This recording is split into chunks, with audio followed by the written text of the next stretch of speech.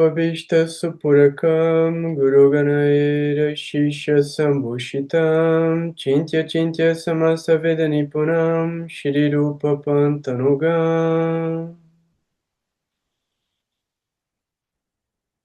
Govindam Vidamujvalan Varatanam Bhaktyam Vitam Sundaram Vande Vishwagurun Chadivya Bhagavat Premnai Pradam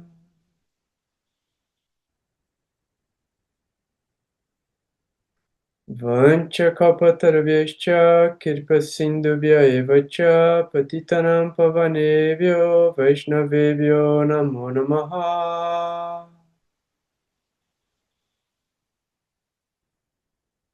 Om Gyananti Mirandasya Gyanagyanam Shalakaya Shashurum Militam Yena Tasmai Shri Gurave Namaha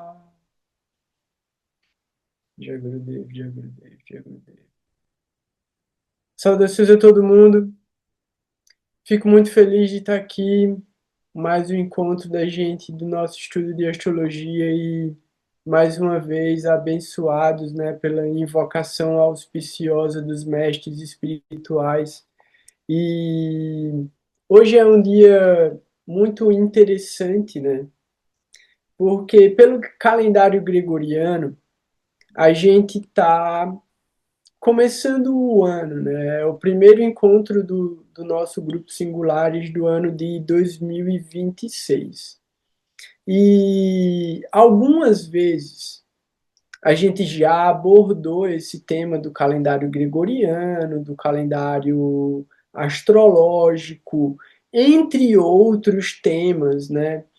E do próprio calendário chinês também, né, que é um calendário astrológico. Então o calendário chinês ele começa ali muito próximo da entrada do Sol em Áries, mas o calendário chinês é lunar. Então o que importa é a posição da Lua em relação ao Sol, que determina o início desse ano novo chinês. A gente tem um ano novo marcado por um dia do mês, que divide o ano em 364, às vezes 365 dias. Beleza. Essa é a vida a qual a gente está programado.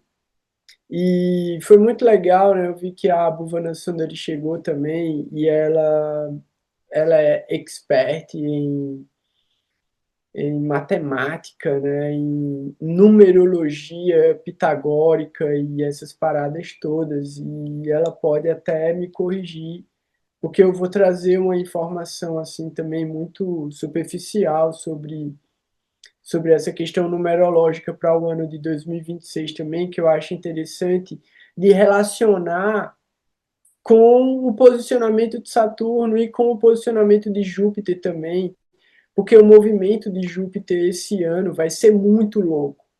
Júpiter ele vai dar uma acelerada maluquíssima. E esse ano Júpiter vai passar por 3 signos. Então, ainda em 2026, Júpiter vai sair de Gêmeos, atravessar Câncer e entrar em Leão. Então, isso vai ser bem interessante, né? Avaliar os resultados de um grande benéfico acelerado desse jeito, rasgando os signos e rasgando principalmente o signo da sua máxima exaltação, que é Câncer. Então, é muito legal para a gente, né, que está estudando esses movimentos, entender qual é a qualidade e o tipo de resultado que essa predisposição, essa janela de oportunidades gera de maneira individual. Porque de maneira genérica, a gente está vendo uma configuração, né, como eu estava falando antes, uma configuração muito complicada de nível histórico, político, social, e um ano muito significativo para todo o processo de transição histórica que a gente está vivendo. os esotéricos falam de transição planetária, né? A transição planetária é uma ideia maquiada, né? Trazendo para espiritualidade de uma maneira muito abstrata uma mudança que a sociedade está vivendo. A sociedade realmente está vivendo essa mudança. E as mudanças nesse nível ontológico, elas duram dezenas de anos para se concretizar de verdade. Mas essas mudanças não vão ser fáceis de serem vividas. A gente não está vivendo uma fase tão fácil assim, historicamente. Então, como a gente pode entender que esse momento histórico é o mais favorável para o nosso desenvolvimento espiritual? Então, mais uma vez, né, é muito importante a gente trazer para o grupo como um todo o mais elevado significado desse encontro que a gente faz aqui é revelar que esse estudo conduz a gente para o autoconhecimento, para uma verdade mais elevada sobre a nossa existência, sobre a nossa alma, sobre a nossa consciência, sobre o nosso papel dentro desse ciclo de nascimentos e mortes. Então, como esses mestres orientaram e transmitiram o conhecimento que favorece a jornada da nossa alma. Então, boa noite, Ana. É muito legal ter a Ana aqui também. Então, agora eu vi que eu tenho um apoio muito importante de pessoas pesquisadoras do conhecimento oculto. Então, se eu precisar de ajuda aqui, eu sei que eu vou ter. Eu pensei, então, né, vou até compartilhar aqui a minha tela, porque eu gerei dois mapas. E aí, primeiro eu quero conceituar os mapas antes de começar a analisar eles, que é o seguinte. A gente tem um conceito, e aí por isso que eu estava falando da questão ocidental, oriental e essas coisas todas, porque a gente faz a passagem do ano à meia-noite. E essa passagem do ano à meia-noite é um conceito ocidental, né? Da virada de um dia para o outro ser considerada na meia-noite. No conceito védico, é com o nascer do sol. E mesmo assim, ainda tem um ajuste, que é o nascer do sol pelo cálculo védico e o nascer do sol pela posição geográfica, pelo lugar onde você está.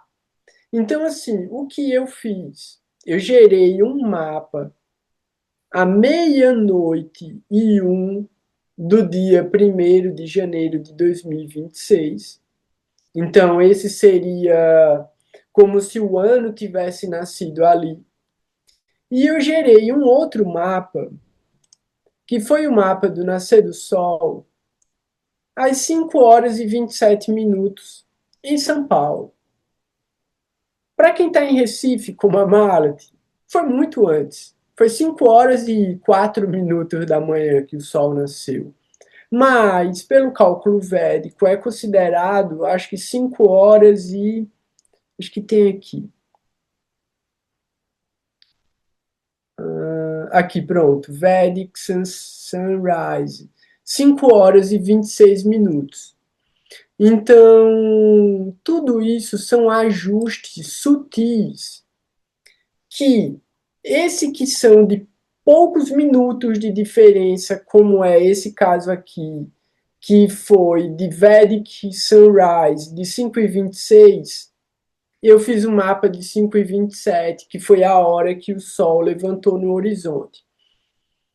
O de Recife já é uma diferença maior, mas mesmo assim eu gerei o mapa e ele dava diferença só de pada.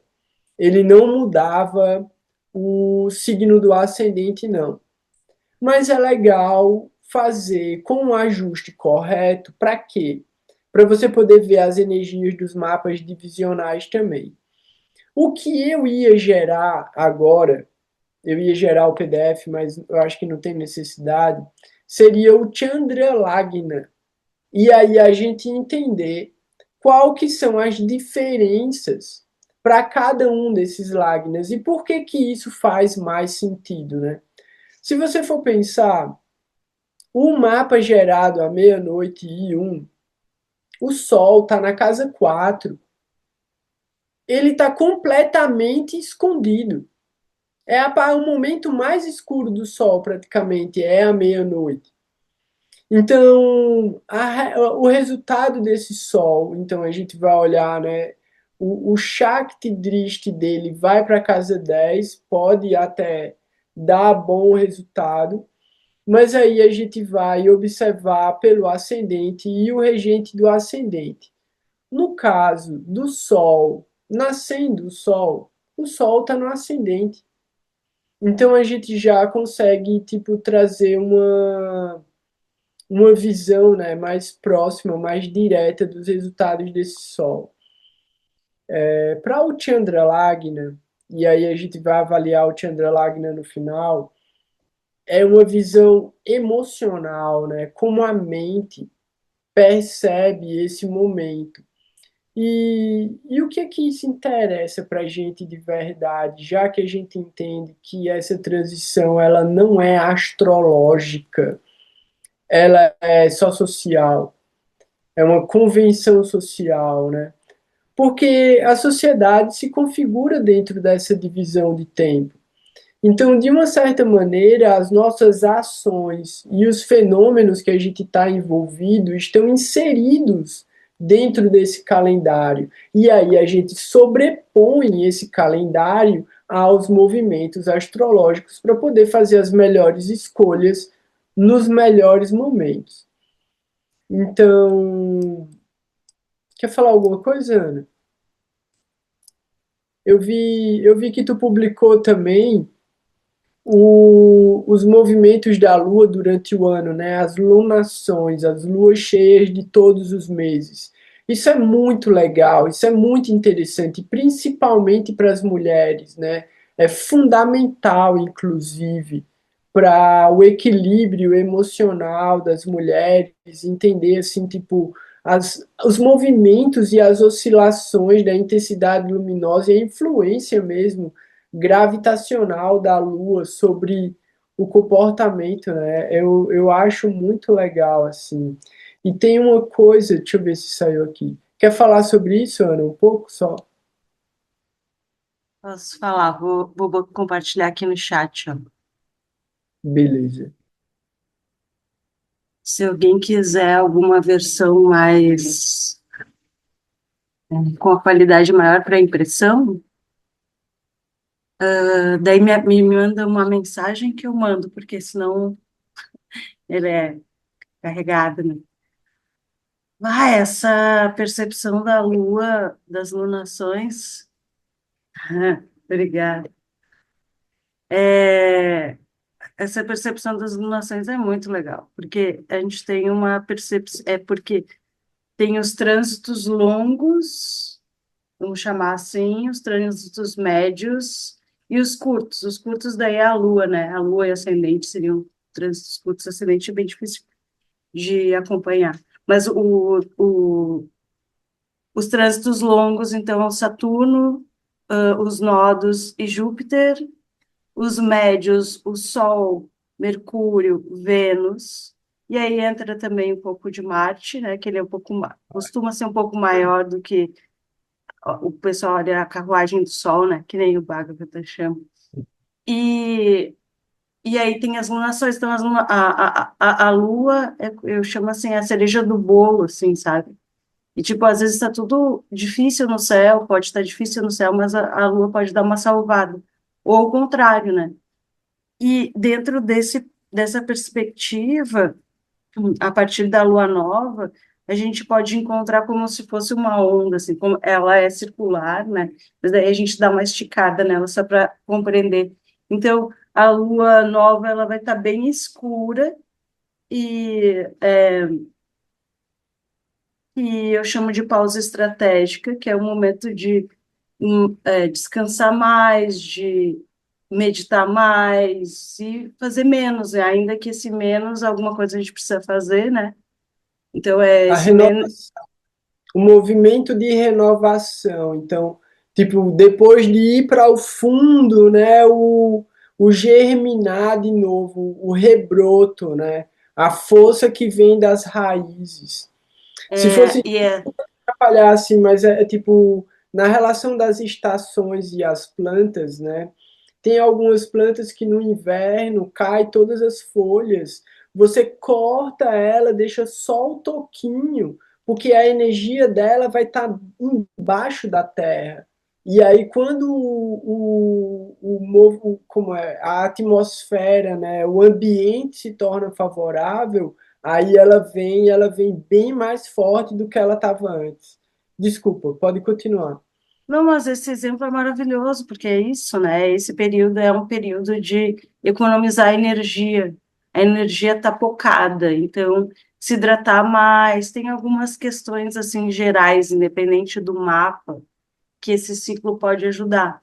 E a lua nova em si, na versão popular, ela é tida como um dia para agir, e a tradição védica e mesmo conhecimentos lunares mais antigos vai reforçar essa ideia dessa pausa, porque a energia está pouco disponível. O Ojas, né, o Jala, né, a seiva está focada, então se economiza. Mas esse momento de economizar, ele é bem rico espiritualmente falando, e esse lugar também de autoconhecimento e autoobservação, né? E esse lugar de perceber como foi a última quinzena e que pontos foram desafiadores que podem ser aperfeiçoados, em que pontos da nossa personalidade que pegou, né, padrões difíceis que pegaram, que precisam ser olhados com atenção, que precisa dessa pausa mesmo, porque se está na correria, ninguém consegue se auto-observar direito. E aí, o segundo dia, que é o primeiro dia do ciclo lunar, ele é interessante para uma criação ainda no âmbito, digamos assim, do papel, sabe? Do planejamento, porque ele é um dia que tem bastante fogo e é bastante criativo, mas ele é difícil para agir ainda. E aí, a partir do segundo dia e terceiro dia, ele é excelente para dar esse start e começar um projeto ou recomeçar um projeto. Porque tem muita coisa na nossa vida que a gente mantém, né? E a gente quer manter. Então a gente reinicia ele de uma nova abordagem. E aí ele vai chegar ao pico de produtividade e criatividade, né? Criatividade e produtividade, eu diria assim, que é a lua se aproximando da lua cheia. Nessa lua cheia, é comum também a gente estar cheio de coisa, tá cheio de coisa na cabeça, e aí de novo se faz essa pausa estratégica para não encher o saco dos outros, né? Então a nossa ação fica um pouco mais econômica e a gente dá essa pausa meditativa.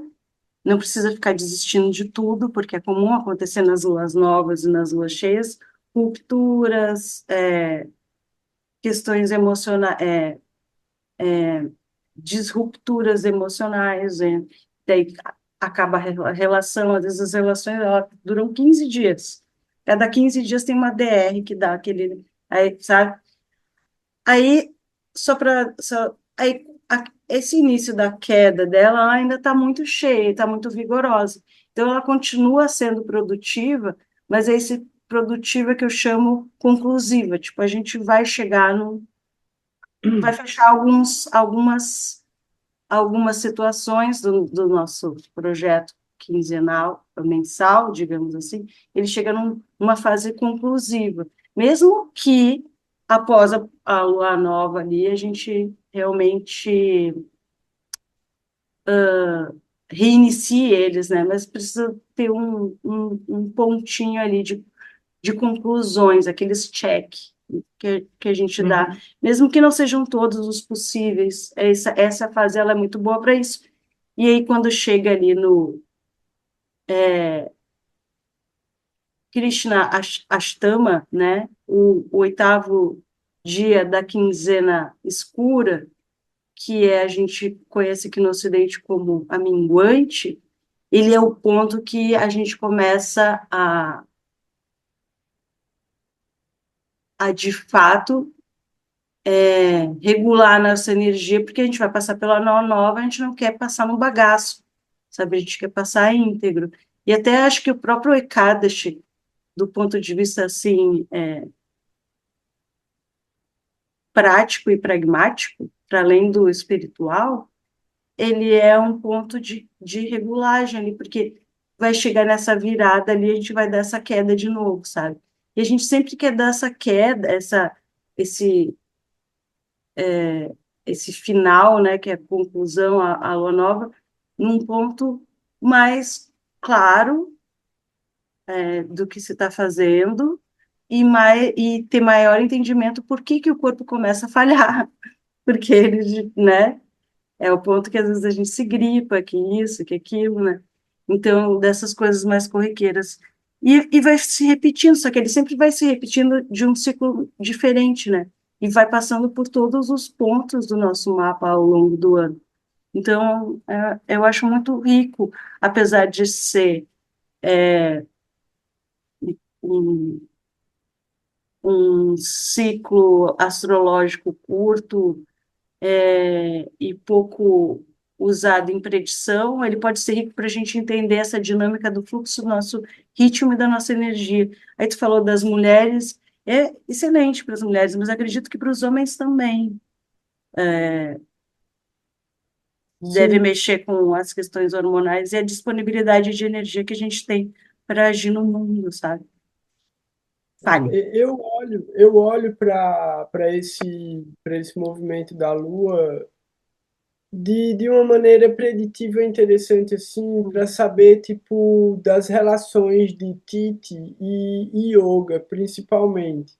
Então isso que tu trouxe é bem interessante, né? Porque é Panchang. Então olhar para a Lua é olhar para essa relação entre a Lua e o Sol. Então, como essa relação entre a Lua e o Sol vai gerando efeitos em todas as áreas do mapa da gente, né? E efeitos diferentes ao longo do movimento. Por quê? Porque a Lua e o Sol estão sempre no movimento direto. Mesmo a Lua sendo muito mais rápida do que o Sol, cada vez que a Lua termina uma volta dela, o Sol já está em outro signo. Então, a distância entre o Sol e a Lua a cada signo, ela vai aumentando durante o ano, aumentando no sentido de que cada vez, né, vai se movendo ao longo dos signos. Então, se a Lua cheia num mês foi em Touro, no outro mês vai ser em Gêmeos, no outro mês vai ser em Câncer, no outro mês vai ser em Leão. Então, a Lua cheia vai andar por todos os signos.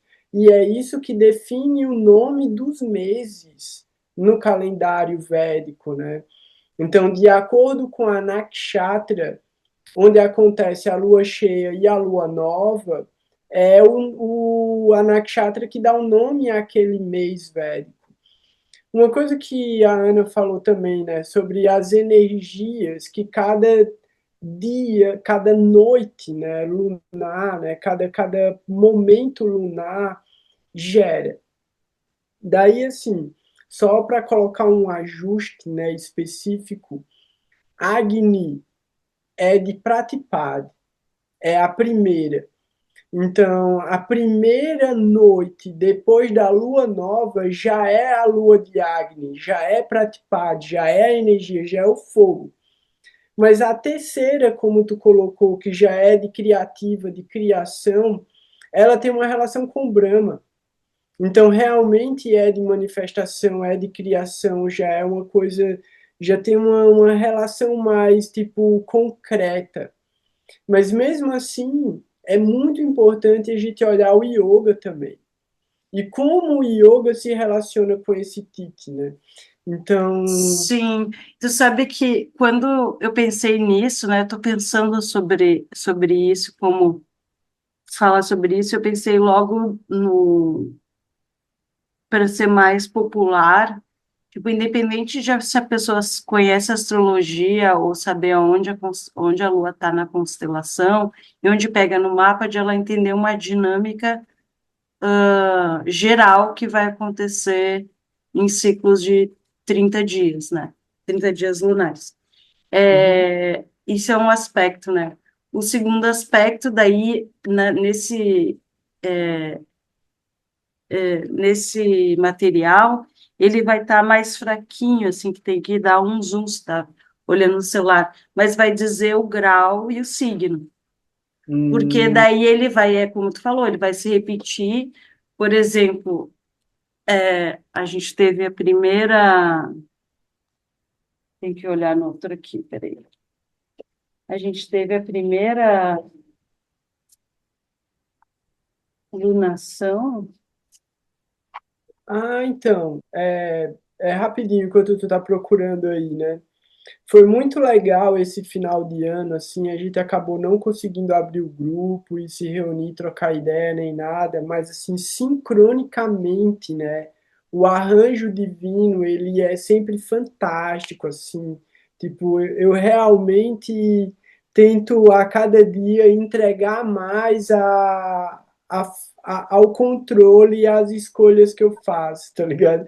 E aí, assim, exatamente na lua cheia e na lua nova de dezembro, eu fiz Agnihotra. Então, na última lua nova e na última lua cheia de 2025, a gente fez cerimônias de encerramento que, ao mesmo tempo, eram cerimônias de início. Porque se a gente considera a Lua como a transição real de uma etapa para outra, o ano novo aconteceu antes, aconteceu nessa última lua nova, nessa última lua cheia, que abriu para esse ano. E aí, assim, isso é uma coisa muito legal. A segunda coisa, e aí eu já vou trazer um spoiler do que a gente vai olhar, que eu vou jogar o PDF aqui para a gente analisar, é que exatamente na virada do dia primeiro, agora, de 20 de janeiro, a lua estava em touro. Então a gente tem na impressão gráfica, né, na impressão gráfica do mapa de 2026, a Lua exaltada. Isso, por um lado, pode ser muito interessante para a gente olhar o desenvolvimento, né, dessa, vamos colocar, inteligência emocional tão necessária para esse ano, né? Porque esse ano vai exigir muito emocionalmente da gente. E aí, no nascer do sol, a lua estava em Hirohime. E à meia-noite, ela estava em Hirohime também, só mudou o pada. Ela saiu do pada 2 para o pada 3. Mas diz aí, Ana, quer complementar alguma coisa? Não, é isso que ali nesse gráfico tem bem pequenininho, isso pode fazer um estudo pessoal, né? Porque o que que acontece? Então, a gente tem uma lua nova junto com o sol, né, obviamente, e é comum outros astros estarem envolvidos, como Vênus e Mercúrio, e a lua cheia vai estar nesse lugar, vai ser 15 dias depois, no lugar de oposição a esse sol, né? Então, ele vai trazer, além dos trânsitos longos, tem esses trânsitos médios que vão trazer um eixo para a gente trabalhar todo mês. Então, se uma lua nova aponta uma coisa, a lua cheia vai mostrar onde está o ponto de equilíbrio dessa coisa. Seja com um personagem, seja com uma parte do corpo, seja, entende? Tipo, trabalhar as finanças, o meu sustento, mas tem que pensar no sustento, no dinheiro do outro, 2 e 8, relacionamento. Então, ele vai trazendo os assuntos da casa, vão sendo trabalhados ao longo ao longo de todo o ano. ali pequeno tem os graus, ó, onde acontece. Então, a primeira lua cheia foi aos 18 graus de Gêmeos, daí no mês de fevereiro vai ser aos 18 graus de Câncer, depois vai ter um eclipse lunar em março, aos Deixa eu compartilhar. 18 de Leão. Então, o grau da lua cheia, ele não muda tanto. Ele vai mudar um pouquinho, mas e vai mostrar, ali nesse gráfico vai mostrar a nuance, né? E aí a gente olha para o nosso mapa para ver o que a gente tem ali, para a gente, hum, às vezes, já ir entendendo os temas de casa. Apareceu aí? Aham, tá pequenininho. Ah, tá pequeno? Não sei se dá para aumentar cada pessoa. É.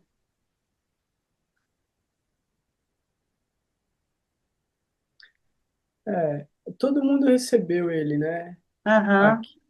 Ah, pronto. Dá para dar aí, bastante zoom, ó.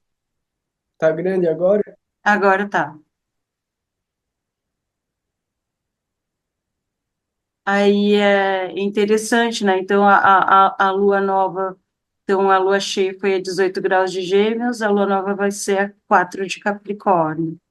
Depois, em fevereiro, a lua cheia em Câncer, e aí a gente tem um eclipse. Então, esse mês de janeiro é bem interessante a gente se preparar para esses eclipses, né? No sentido de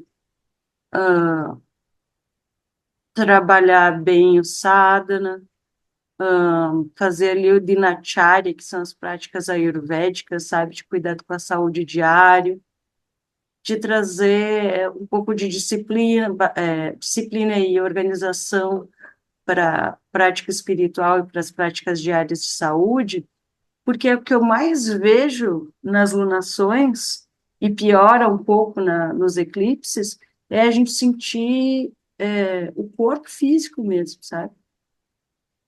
E a questão emocional. Então, esse é um aspecto interessante que pode ajudar para usar, e eu acho que considero interessante imprimir, ou até, às vezes, tem calendários que já têm essas lunações, né? Então, grifar essas lunações, ó, talvez escrever ali o grau, e tipo, que casa vai estar sendo trabalhado, que eixo está sendo trabalhado para cada um. Sim. É interessante também, né, para quem está fazendo um estudo do movimento da Lua com mais profundidade, acompanhar o TIT, né? Então pode instalar o aplicativozinho e ir acompanhando TIT por TIT, os yogas e tudo mais. Pode ser bem interessante. Eu fiz um outro arquivo aqui, eu já vou abrir para a gente começar, que é o Kala Purusha, o ano novo pelo Kala Purusha, que eu não tinha gerado. Então eu vou mostrar os três mapas e, e a gente vai ver as diferenças. Eu só não fiz o Chandra Lagna. Então, só para a gente ter essa ideia, né? Para um único evento, como a virada do ano, existem quatro possibilidades da gente olhar esse mapa. A mesma coisa é o mapa da gente. E existem muito mais possibilidades de a gente olhar para o próprio mapa. Então, tudo depende daquilo que a gente está procurando. Tudo depende do nosso nível e da nossa capacidade mesmo, o nosso conhecimento prévio sobre a identificação de determinados elementos que vão gerar efeitos que aí a gente pode entender alguma coisa do mapa, né? Então tudo depende muito, né, dessa nossa capacidade de buscar pela informação apropriada para decodificar essa essa configuração, né? Esses posicionamentos. Então, começando pelo Kala Purusha, só para a gente ter uma ideia, do que é mais genérico. Então, o que é mais genérico possível de tudo isso? O que é o mais simples? Olha pelo Calapurusha. Pô, como assim olhar pelo Calapurusha? Eu vou compartilhar aqui. Calapurusha aqui. Tá aparecendo o mapa? Tá, né? Beleza. Por que Calapurusha? Eu acho que não está muito pequeno. Dá para vocês verem aqui com definição esse quadrado aqui ou eu dou zoom nele? Vou dar zoom nele. Deixa eu ver se eu consigo mover ele para o lado. Consigo, pronto. Dá para ver esse quadrado bem agora aqui? Beleza. Isso aqui é o ano novo pelo Calapurusha. Por quê? Porque Áries está no ascendente. Eu não consegui acertar o grau 1 de Áries, mas talvez o mais apropriado fosse 15 graus. Porque se o ascendente tivesse com 15 graus, aí o signo ia estar centralizado. A gente entende que com 4 graus aqui, tem uma parcela ainda de peixes afetando esse ascendente, mas não vamos olhar pelo Bhava Chakra, que é outra análise ainda, seria uma quinta análise. Vamos olhar com um signo ocupando 30 graus. Então a gente tem aqui Áries no ascendente e os planetas distribuídos no dia 1º de janeiro. Aí era o que eu ia pedir a consultoria da Bhuvana Sundari, né? Apenas, para não tornar tudo muito complexo, apenas 2026 se reduz ao número 1, que é um número de inícios. É um processo, um movimento de inícios, né? Um movimento de inícios e de recomeços. E a gente olha para o mapa desse ano e não tem inícios, velho. Não tem recomeços, tá ligado? Tem muito mais processos de desapego e de transformação, né? Movimentos de ainda de deixar para trás e de transcender as coisas, do que realmente de iniciar algo novo. Porque a gente está olhando para Saturno. E a gente está olhando para Saturno, por quê? Porque Saturno é o mais lento. E é o que faz o trabalho mais pesado. Então, Saturno ainda vai passar esse ano inteiro, 2026 inteiro, no signo de Peixes. Tanto que ele está com 1 grau. No dia 1º, ele está com 1 grau. Parece que não faz um ano que ele está em Peixes. Eu falei, como assim? Faz um ano que ele está em Peixes? Faz.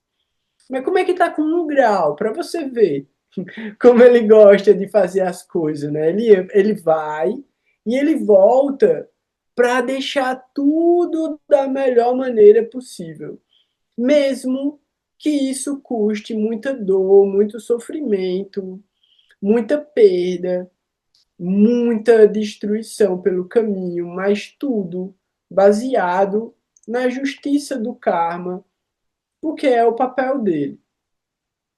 Então, pelo Kalapurusha, que é essa observação aqui, começando por Saturno, a gente está vendo, além de tudo, Saturno em Purva Bhadrapada. Cadê ele? Purva Bhadrapada.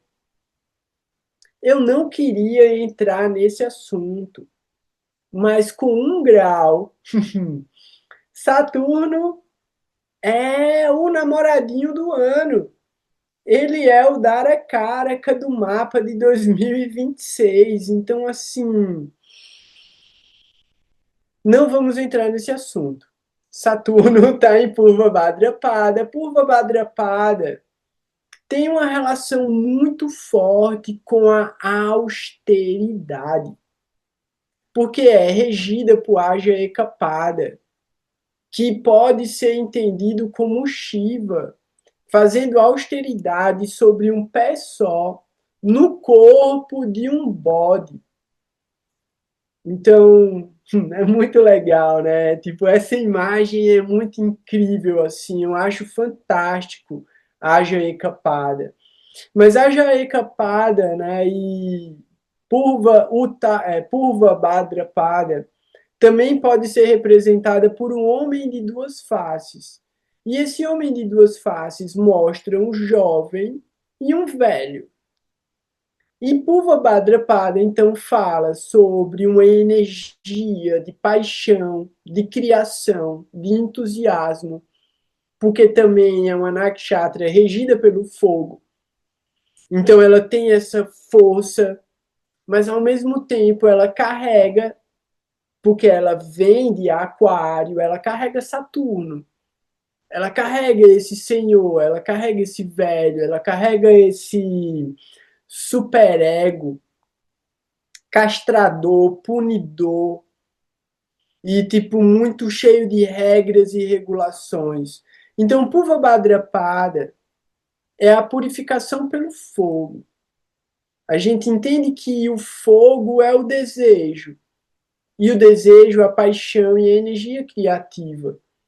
Então, para a gente ingressar corretamente no campo de moksha, que é a casa 12, e aqui a gente está olhando para peixes na casa 12, Kala Purusha, é a purificação do desejo. Então, para que a gente não volte, e aí a primeira casa, o início, para que a gente não volte para essa primeira casa dentro de uma mentalidade materialista, mas que a gente alcance uma percepção e um estado de consciência mais transcendental. Então a gente começa o ano de 2026 dizendo isso pelo calendário gregoriano, porque a gente sabe que o calendário astrológico começa quando o Sol entrar em Áries, e aí é outra história, a gente vai começar tudo de novo. Então, aquela história, né? O senso comum do brasileiro, ele é quase transcendental em alguns aspectos. Então, falar que no Brasil o ano só começa depois do carnaval é completamente astronômico e astrológico. Por quê? Porque o carnaval no calendário védico é o Mahashivaratri, é a festa do Senhor Shiva. O ano só vai começar quando o Senhor Shiva mandar que comece. Então, assim, vamos fazer o casamento do Senhor Shiva bem feliz. Tipo, um casamento muito auspicioso, que é o Mahashivaratri, para a gente começar um ano com toda a energia e auspiciosidade. Então, no Brasil, o ano começa depois do casamento do Senhor Shiva, da festa do Senhor Shiva, que aqui chama de carnaval. Mas a gente sabe que tem uma origem muito mais profunda. Então, é o ano novo astrológico, né? A gente vai também observar esse movimento mais para frente ao longo dos meses no grupo de estudo. Mas o que eu quero trazer é o seguinte: o ano cartesiano que a gente está vivendo, que é um ano materialista, os anos cartesianos são materialistas, né? Eles buscam resultados contratuais, resultados materiais. Saturno é o trabalho duro. Saturno representa o sacrifício tipo da nossa energia, do nosso tempo, da nossa vida, para poder manter a nossa própria existência. E aqui ele está trazendo a gente para um lugar de moksha. O que é que esse lugar de moksha pode representar para a gente no sentido espiritual e escritural, né? Então, alguém me lembra de voltar para esse ponto depois. Fala aí, Ana. Mesmo no nosso calendário tem um resquício, ó. Se a gente pensar, setembro é de 7, né? Outubro de 8, novembro de 9, dezembro de 10. Mesmo Mas o nome dos nossos meses ocidentais, eles carregam a herança do calendário original, né? Sim, sim, sim. Se a gente for considerar essa sequência, completamente.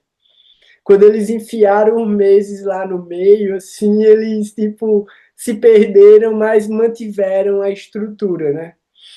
Sim, pode crer. Então, eu vou dar uma viajada agora numa ideia muito doida, mas que encaixa muito dentro desse lugar, assim, que fala sobre a certeza do cuidado superior. Então, a gente vai ver isso na Bíblia e a gente vai ver isso em vários lugares também das Escrituras, de que por mais que a gente se esforce para conseguir as coisas na vida da gente, qualquer tipo de coisa, né? O que realmente garante que alguma coisa de bom vai acontecer é o mérito espiritual e a misericórdia transcendental. Então, como o divino se manifesta na vida da gente, né? E como esse divino precisa atravessar várias camadas até se manifestar de uma maneira concreta, porque a gente é ignorante e a gente só percebe aquilo que é mais grosseiro e é mais concreto. A gente não percebe as bênçãos e as misericórdias nas camadas sutis, né? Então, a purificação do desejo, ela vem de que a gente não precisa desejar. O desejo, ele parte de um equívoco, né? Quando a gente pensa o desejo, muitas vezes ele é baseado numa questão material. A gente está projetando a nossa energia criativa num lugar temporário e miserável. E quando a gente olha para o mapa, a casa 11 ela é oposta à casa 5. Então, a casa do desejo é oposta à Putrabhava. E todo mundo sabe o quanto eu não uso esse conceito da casa 5 como a casa dos filhos. Para mim, é a casa dos méritos espirituais. A casa que vai falar se a gente vai alcançar mesmo o nosso propósito transcendental, a nossa natureza espiritual.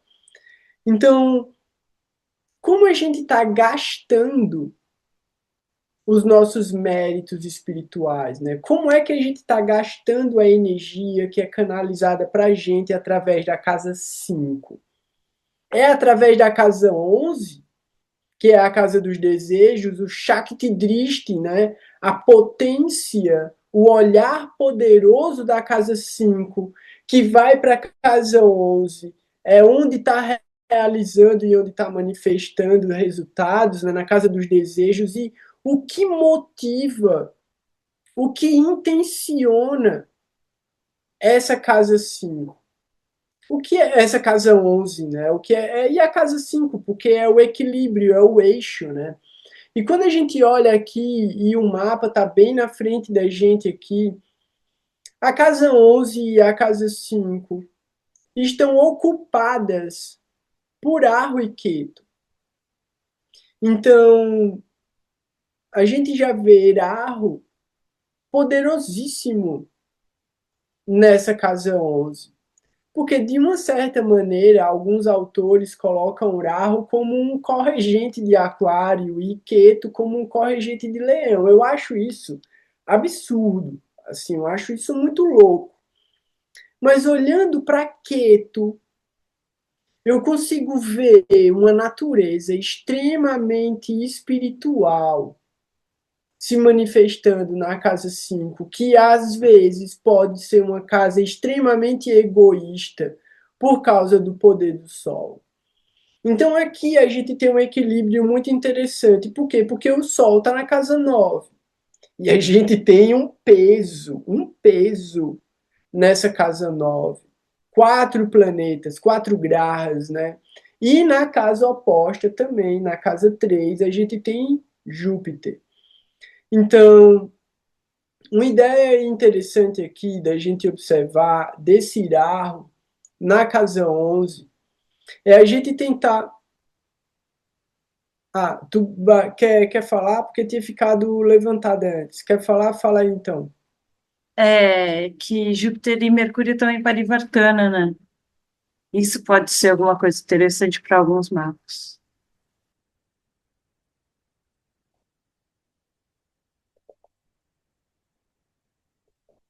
Sim, esse Parivartana, e aí também, né? Qual regra que a gente considera, né? Tipo, vamos escolher uma regra e vamos se apegar a ela com todas as nossas forças, né? Porque assim, Júpiter e Mercúrio, eles não são tão amigos. Então esse Parivartana não é um Parivartana tão auspicioso assim. Ele pode dar resultados meio confusos, principalmente se a gente considerar pelo Kala Purusha o Digbala não é bom. Mas não vamos considerar isso, não. Vamos considerar outra coisa. Para estudar astrologia é muito bom. Para estudar astrologia, meu. Vamos escolher uma regra, né? Então, vamos escolher a regra de que eles são benéficos naturais e funcionais. Essa é a melhor regra. Então, um Parivartana entre benéficos, sendo um deles posicionado numa casa cona, pronto, fantástico, é uma bênção, é um efeito místico, é praticamente um Mahapurusha. Então, assim, tá tudo bem, tá tudo beleza, vamos olhar para o lado bom. Então, eu até me perdi no que eu... então, o lance é o seguinte, qual é o nível? E aí, vamos considerar justamente agora, de uma maneira crucial e essencial, essa casa 9 no sentido de qual é o nível de fé que a gente tem. O quanto a gente está realmente apegado e submisso àquilo que a gente prega que acredita. Então, assim, pegue todas essas palavras, todas elas são importantes. Essa frase não é em vão. Cada Oh, elemento fala. relembra o que é Parivartana aí para quem esqueceu. Beleza. O Parivartana é a troca de regências entre planetas. Então, o posicionamento do planeta, ele troca de posição com outro planeta. Então, no caso, Júpiter, ele está em Gêmeos, que é regido por Mercúrio, e Mercúrio está em Sagitário, que é regido por Júpiter. Então, eles trocaram as casas. Um está na casa do outro. A brincadeira aqui, né, que é as regras, que qual é a regra que você escolhe, é que é a seguinte: às vezes são dois grandes amigos. Então, um dos amigos tem uma casa na praia, o outro amigo tem uma casa na montanha. Aí o que tem a casa na praia fala, pô, bem que eu podia tomar um banho de cachoeira. E o que mora na montanha fala, pô, bem que eu podia tirar o mofo e tomar um banhozinho de sal. Aí eles trocam uma ideia e aí, pô, vamos passar um final de semana um na casa do outro. Então, um deles prepara o ambiente para receber o outro. E o outro vai com um presente para casa do amigo e vai, tipo, deixar um presente para ele lá.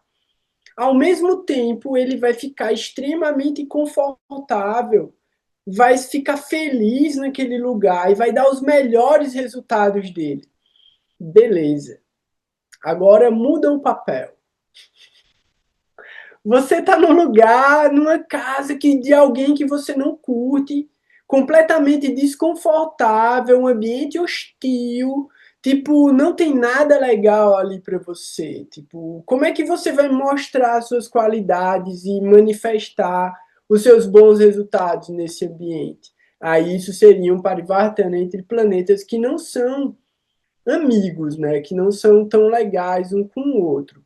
Nesse caso, a gente está usando uma outra regra, porque na relação entre grahas, a gente sabe que Júpiter não gosta de Mercúrio. Mercúrio é neutro com Júpiter, mas tanto Mercúrio quanto Júpiter são benéficos naturais. Então a gente está avaliando um parivartana entre benéficos naturais como uma energia regente para esse ano. Então vamos trazer esse efeito. Vamos avaliar esse efeito um pouquinho. Primeiro, entrou um bicho voador muito louco e os gatos estão caçando ele ali. Tomara que esse bicho não dê ferroada. Mas eu acho que não dá não, porque ele é muito grande para dar ferroada. Mercúrio.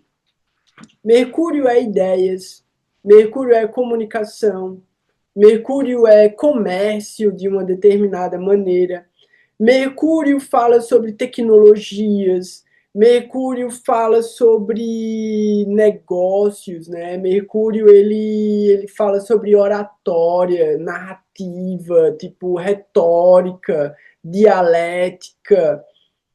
Ele fala sobre o intelecto, ele tem um conceito sobre a razão.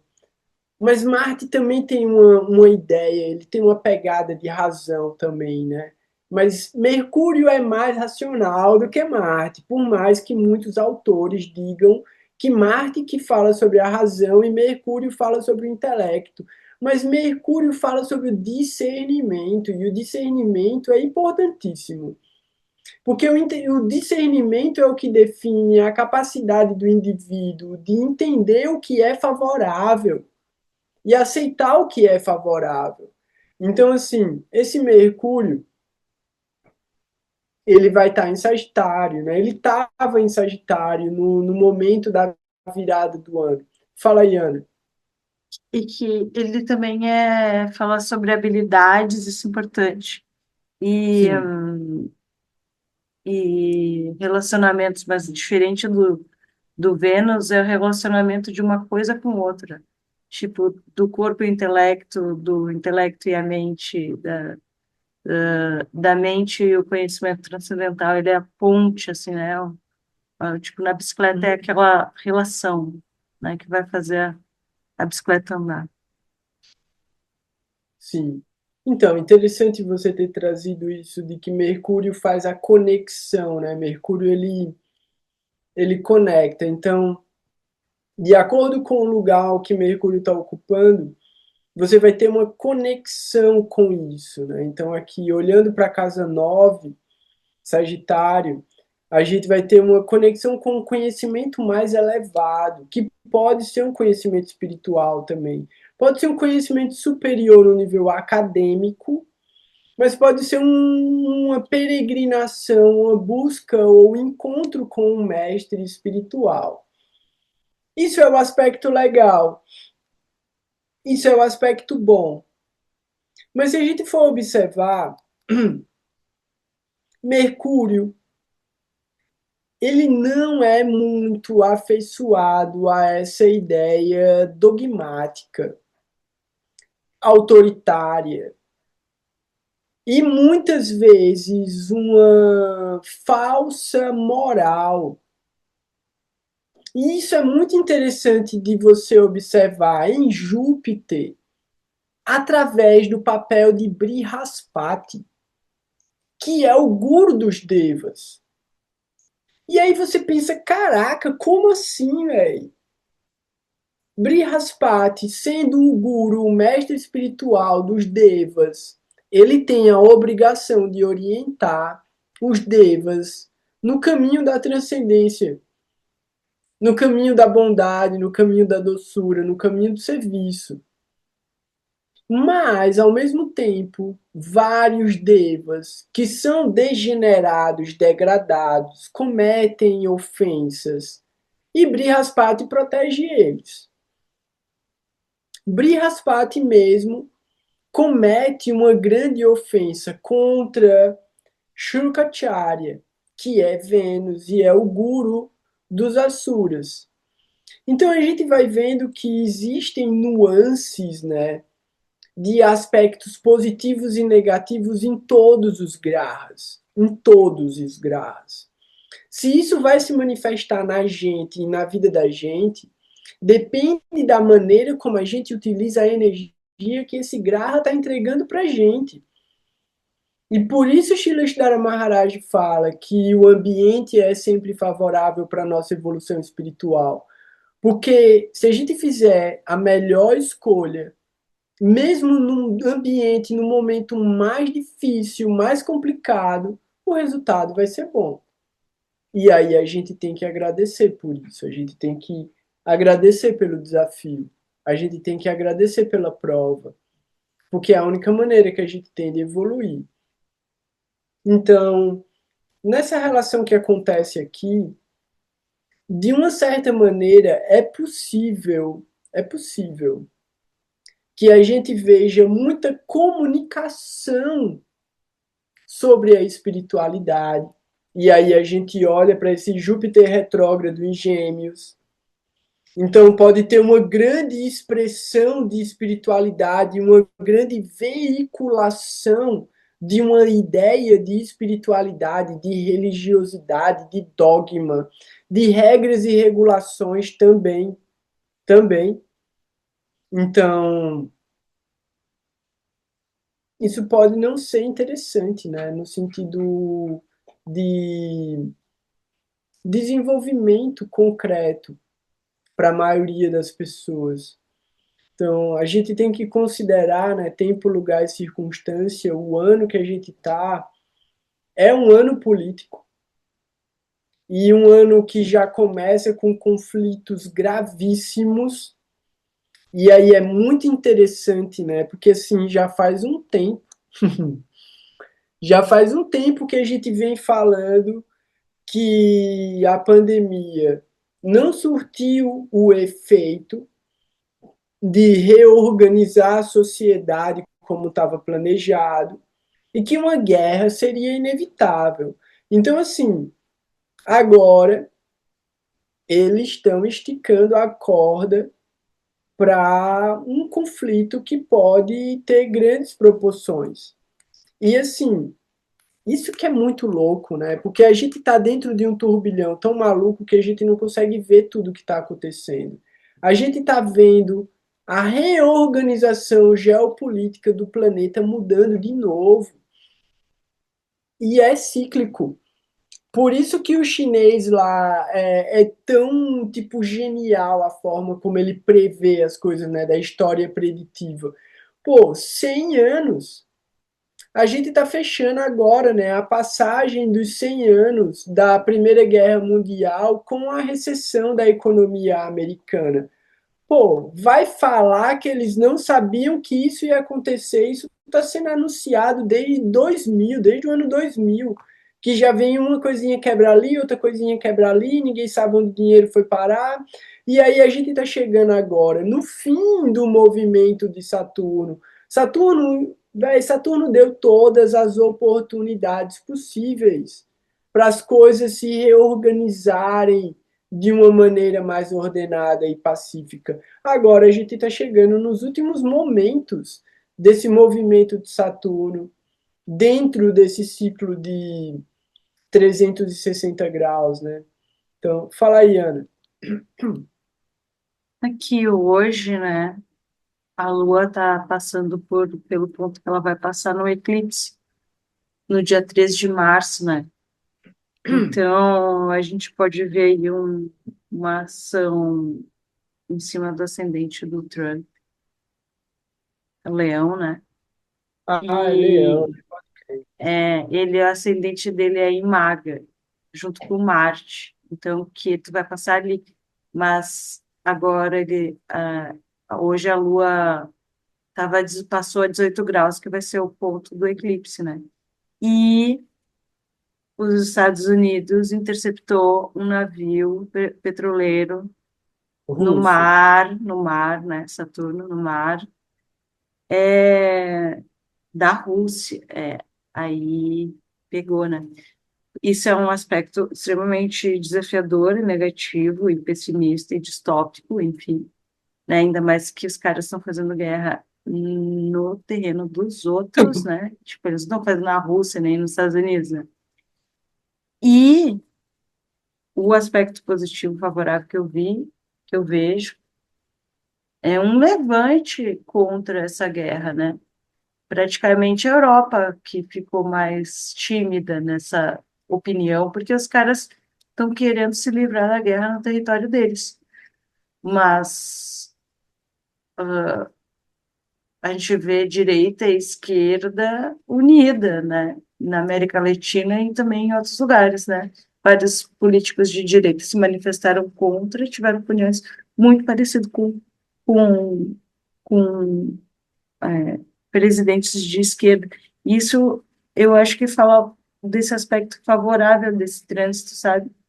No sentido dessa relação de Mercúrio e Júpiter e até esse lugar de também sair de um certo lugar de conforto de suas próprias crenças e dogmas por um bem maior, assim, né? Então, tipo, não queremos guerra mundial, sabe? É claro que não é Então, uma opção por parte de alguns, né, de um grupo ali, mas pelo menos a resposta, diferente de outras guerras, foi mais efetiva também em função do nível de comunicação que nós estamos agora em relação a, né? Tipo, não queremos participar de guerra, não queremos nossos filhos na guerra, não queremos piorar a economia, enfim, né? na real, toda questão, ela tá se toda negociação, né? Ela tá partindo de expressões de força e ameaças. Então, assim, tem vários níveis de complexidade essa história toda, e se a gente for entrar neles, assim, a gente vai ficar muito mais no campo jornalístico do que no campo astrológico. Mas uma questão bem interessante aí da gente ver é que o conflito generalizado é muito difícil que ele aconteça da forma como a gente já viu outras guerras acontecendo. Então, assim, é muito mais fácil que aconteçam várias guerras civis em vários lugares do mundo, e isso vai ser a guerra como um todo, do que mesmo os conflitos de batalhões armados virados um de frente para o outro se matando, tá ligado? E isso por quê, né? Tá tendo muita insurgência na África. A gente está vendo muita influência, né, midiática da extrema-direita, né, aqui na América Latina, e isso está mudando também a questão política mesmo, né? Tipo, democraticamente, as pessoas estão sendo eleitas para serem contrárias à democracia, tá ligado? Isso é uma coisa muito bizarra. E aí isso entra dentro de vários níveis também. O que eu acho que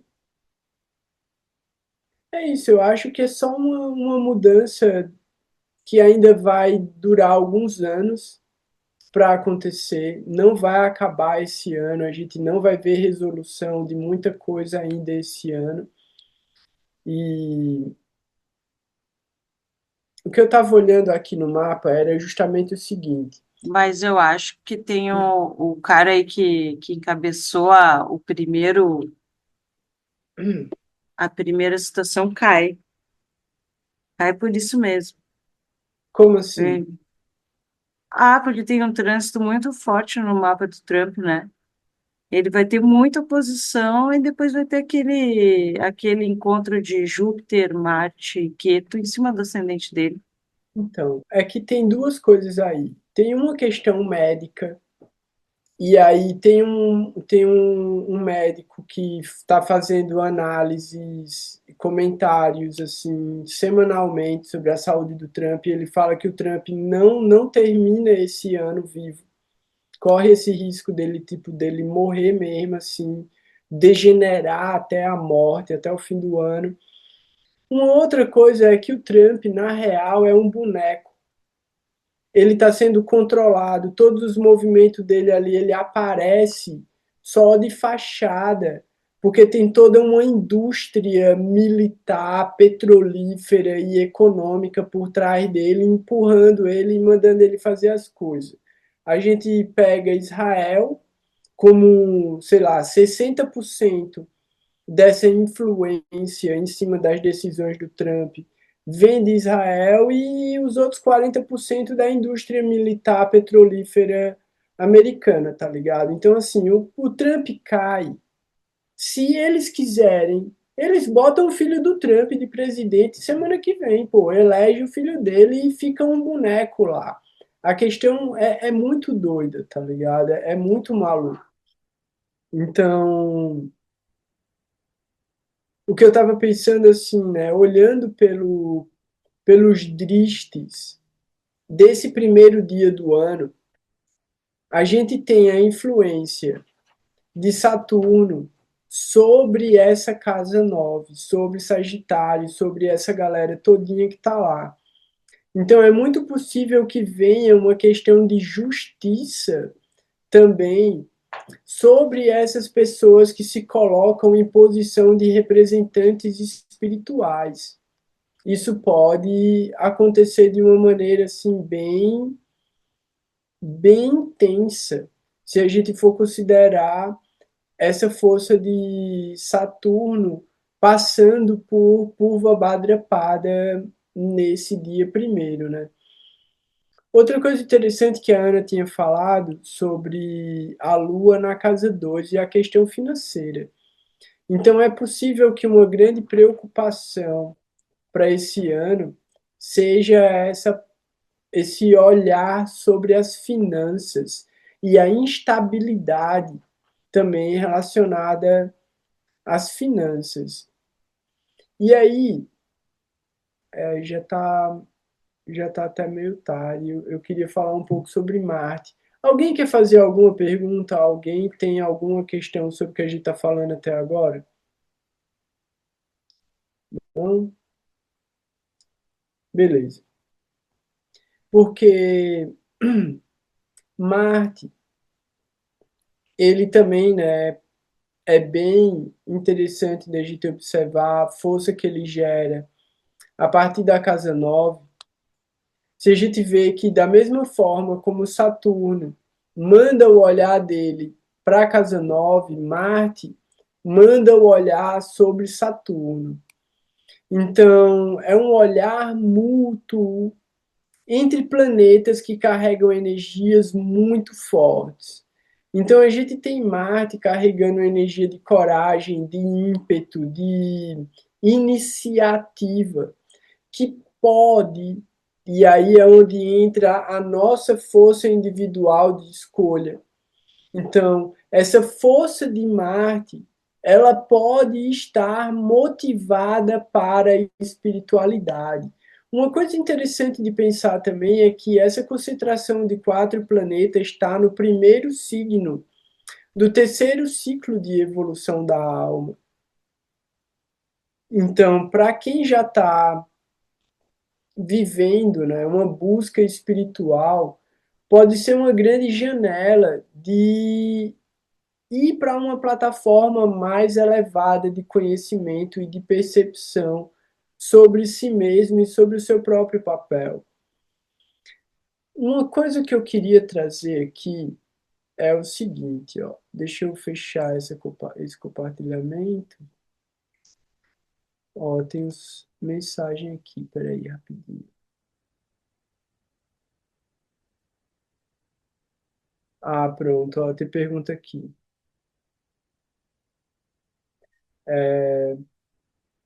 Sobre o que eu estava falando sobre Saturno e como isso nos afeta na prática, né? E é o ano inteiro com essa energia.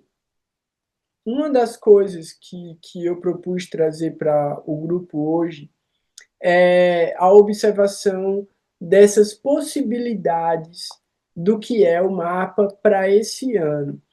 Então, o mapa para esse ano é como se fosse o mapa natal da gente. Então, a gente nasce com uma determinada configuração, o ano nasce com uma determinada configuração. Ao longo dos meses, todos esses planetas eles vão se movendo no céu e eles vão dando efeitos no mapa em diferentes áreas da vida. Então, esse primeiro mapa que a gente estava olhando agora, ele é o mapa que considera Áries no ascendente. Então, ele é a observação mais genérica do que é o ano, porque ele considera simplesmente o planeta num determinado signo. E as áreas da vida são correspondentes à forma como os signos se apresentam. Então, Áries é a cabeça, Touro seria a boca e o pescoço, Gêmeos, os ombros e os braços, Câncer, o peito, até chegar em Peixes, que são os pés. Então, isso é o que chama de Kala Purusha ou corpo cósmico. Então, uma outra forma, e eu vou aprofundar um pouquinho sobre Saturno também. Uma outra forma da gente olhar seria pelo Surya Lagna. E o Surya Lagna é esse aqui, ó. Nascer do Sol. Deixa eu dar um zoom aqui também. Cadê?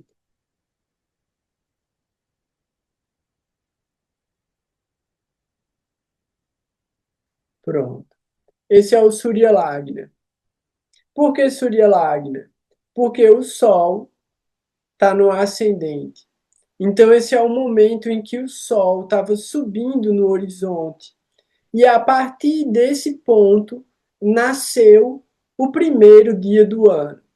Nesse primeiro dia do ano, no nascimento do primeiro dia do ano, a gente tem Mercúrio, Vênus, o Sol e Marte no ascendente. Muda aquela observação, aquele outro mapa que a gente estava olhando, que era Áries no ascendente. Existe o outro mapa, que é esse aqui.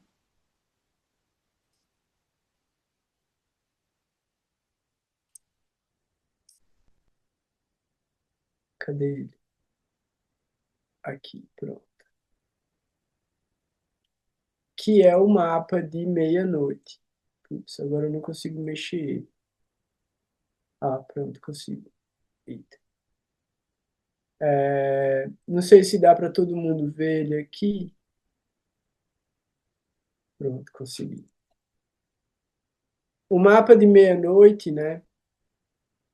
Ele, meia-noite e um, que seria a virada do dia 31 para o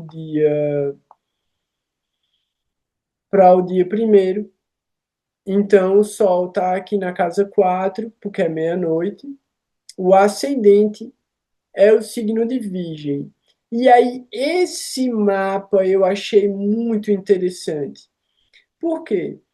Porque a virada do ano aconteceu numa quarta-feira, que é um dia regido por Mercúrio. À meia-noite e um, o ascendente era Virgem, que é regido por Mercúrio. E Mercúrio está em conjunção com o Sol. Então, quando a gente considera mesmo o Surya Lagna, a gente considera, né, a força de Mercúrio nessa conjunção com o Sol. E olhando pelo momento da virada do ano, a influência de Mercúrio também é muito forte e se relaciona com o Sol. E aí a gente poderia gerar também um mapa do ano a partir do posicionamento do regente do ano, que é Mercúrio. E aí esse mapa seria igual ao Surya Lagna. Então o Surya Lagna ele já traz duas energias bem interessantes. A energia que conjuga a força do Sol, que é o próprio espírito, a própria energia brilhante, a própria energia atrativa, a potência criativa que está dentro da gente, né? Essa potência luminosa e divina, e ao mesmo tempo, Budi, Mercúrio, um intelecto. E aí, como Krishna fala no Bhagavad Gita, né? Que ele é o intelecto dentro do homem, dentro dos humanos, né? Então a gente tem essa capacidade de discernir e de poder evoluir, de poder buscar pela transcendência, também como um grande resultado da força de Mercúrio no mapa da gente. Então, é interessante também pensar, né, que pelo por esse mapa, que é o de meia-noite e um, a gente tem uma força, né? Porque foi a pergunta da Pétria, e esse Saturno, né? Eu falei, pô, Saturno é o Dara Karaka do ano. E por esse mapa de meia-noite e um, Saturno está na casa 7, que é a casa dos relacionamentos. O Dara Karaka é o planeta que fala sobre a energia do relacionamento. E Saturno, ele tem uma força muito grande na casa 7, força direcional, né, de Gibala. Saturno fala sobre a justiça. Saturno fala sobre o trabalho duro. Saturno fala sobre humildade, humanidade, humanitarismo, né, caridade. Saturno fala sobre o lugar onde a gente precisa purificar algo, porque Saturno mostra onde está o karma, trazendo o julgamento desse karma. Então é muito interessante a forma como a gente se relaciona com aquilo que Saturno está apontando para a gente. Então, primeiro é muito legal, né, a gente trazer a consciência de que o assunto é sempre com a gente. Então, o problema não é o outro, o problema sou eu. Então, assim, aonde está o meu desajuste em relação ao fenômeno? Aí o cara pensa, pô, mas às vezes o problema não sou eu, não, às vezes é o Putin. Às vezes o problema é o Trump, tá ligado? Às vezes o problema é o Bin Laden. Como é que o problema sou eu? Pensando racionalmente, eu não estou pedindo para ninguém ser alienado, mas só para pensar racionalmente. O que a gente pode fazer, além de adquirir consciência sobre o fenômeno e, tipo, fazer o melhor que a gente pode no nosso campo de influência? Então, assim, eu conheço e a gente está vivendo, né, a realidade, vendo notícias e tudo mais. Mas se a gente é inteligente, a gente não se abala, porque a gente não pode fazer nada em relação a isso. Então, qual é a batalha que a gente tem que lutar? A de fazer o melhor que a gente puder o tempo todo, em todas as oportunidades que surgirem para a gente. Mas o mundo vai estar pegando fogo, pô. O mundo vai estar se destruindo.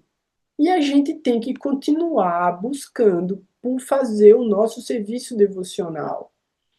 E esse é o segredo desse mapa que a gente olhou tanta força pelo Kala Purusha na casa 9. E essa força na casa 9 é para orientar a gente para o serviço devocional, que é a única maneira pela qual a gente pode se purificar e evoluir de verdade. Então, é uma grande oportunidade que a gente vai ter esse ano. E é uma grande oportunidade de olhar para resultados concretos na vida da gente. Porque, por mais sofrimento e dificuldade que a gente tenha passado, Saturno, ele entrega o que a gente merece. E todo mundo que lutou e sofreu no caminho da verdade e da sinceridade, muito provavelmente já está agora colhendo algum resultado positivo dessas escolhas que fez. E isso é uma misericórdia muito grande que a gente tem, né? Tipo, é uma misericórdia fantástica, porque é a possibilidade da gente estar vivo hoje, nesse ambiente louquíssimo, e segurar a bandeira do salva-vidas, pô. Tá ligado? Se você tá no meio da praia, cheia de tubarão, e você tá segurando a bandeira assim, dizendo, velho, eu tô aqui pra salvar vidas, brother. Eu não vou deixar você ser comido pelo tubarão, nem morrer afogado, mas você vai ter que pedir ajuda. Vai ter que pedir ajuda. Então, assim, a gente se qualificou para estar nessa posição, é uma escolha. Não dá para voltar e dizer, ah, não, eu sou ignorante, eu sou vítima e eu quero ajuda. Não, é. A gente está na posição agora de ajudar quem está ao nosso lado, de tentar favorecer as pessoas que estão realmente numa posição de ignorância e sofrimento profundo. Mas elas precisam pedir ajuda. Isso é o parâmetro mínimo para que a gente possa fazer alguma coisa. Falando. Essa situação, né, de botar Sagitário ali na um, por exemplo, né? Então a Lua forte lá tá na 6, né?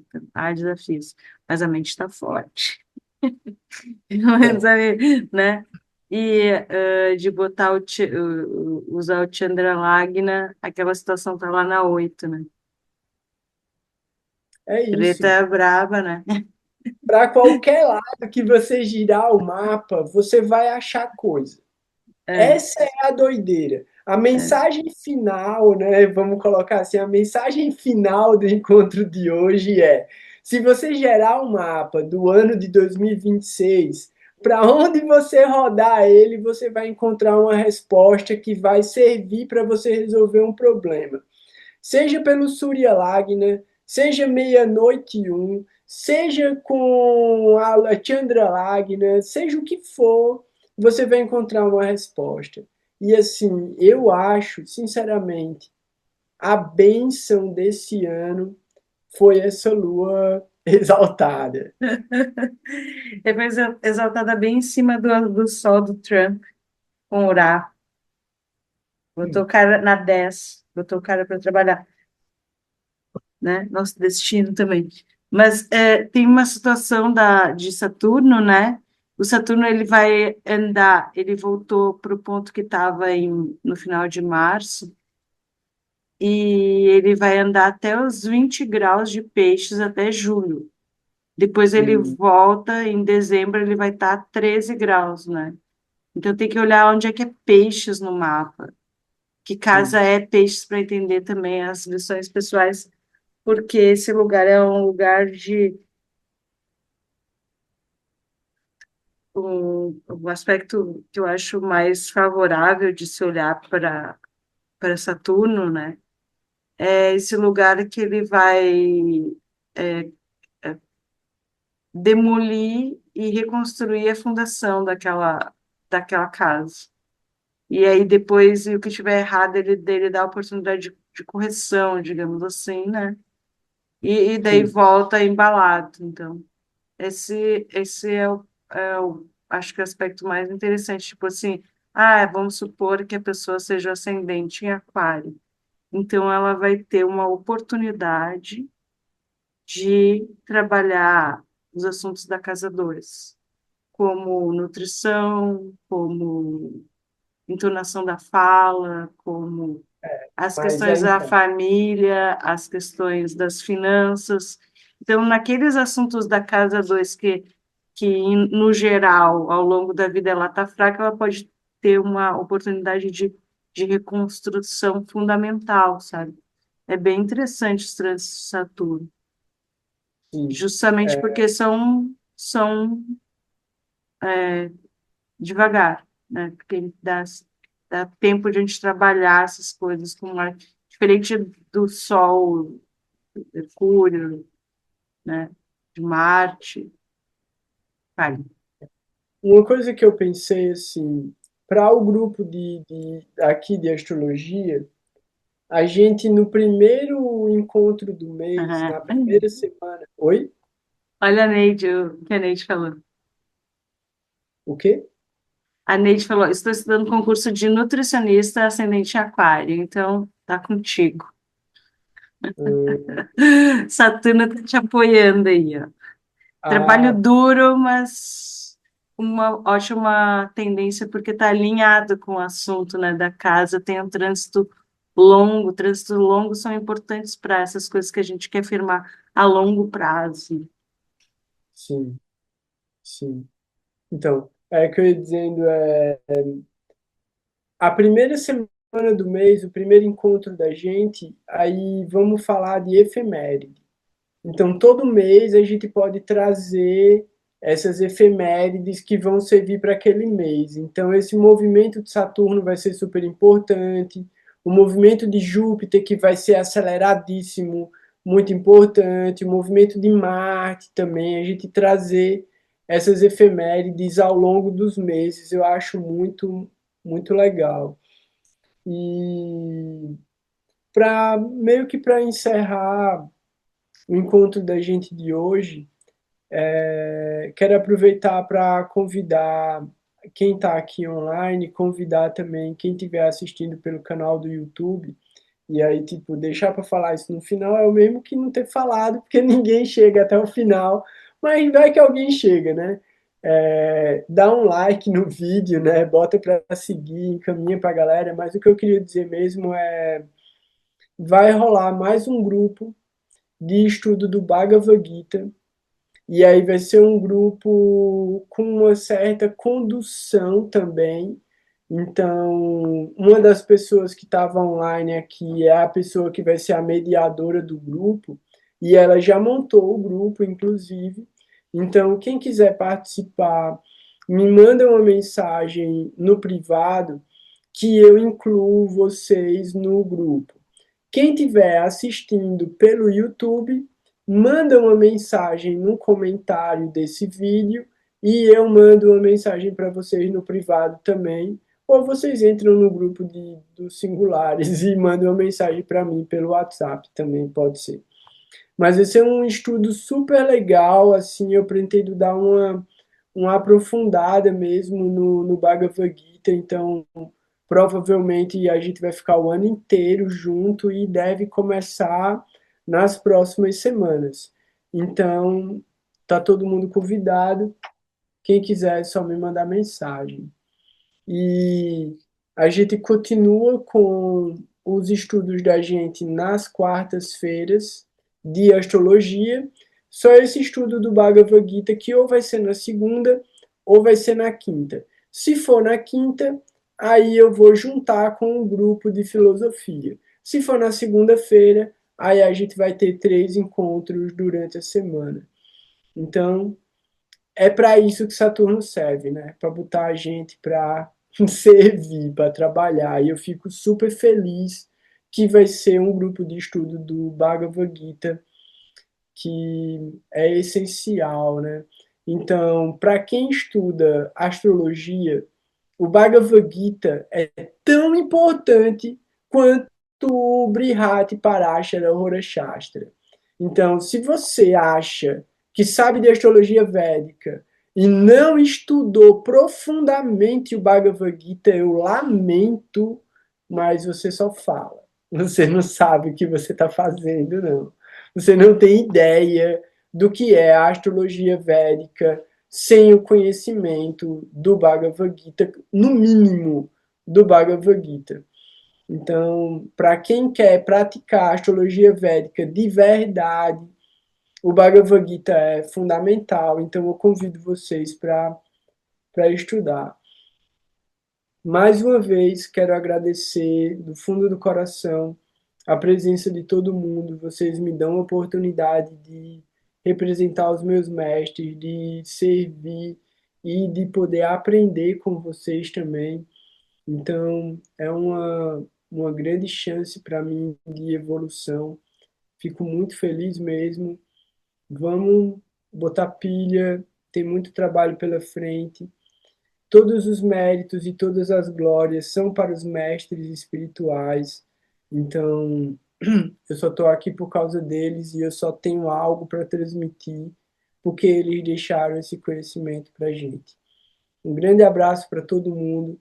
Fiquem bem, fiquem em paz, um bom começo de ano.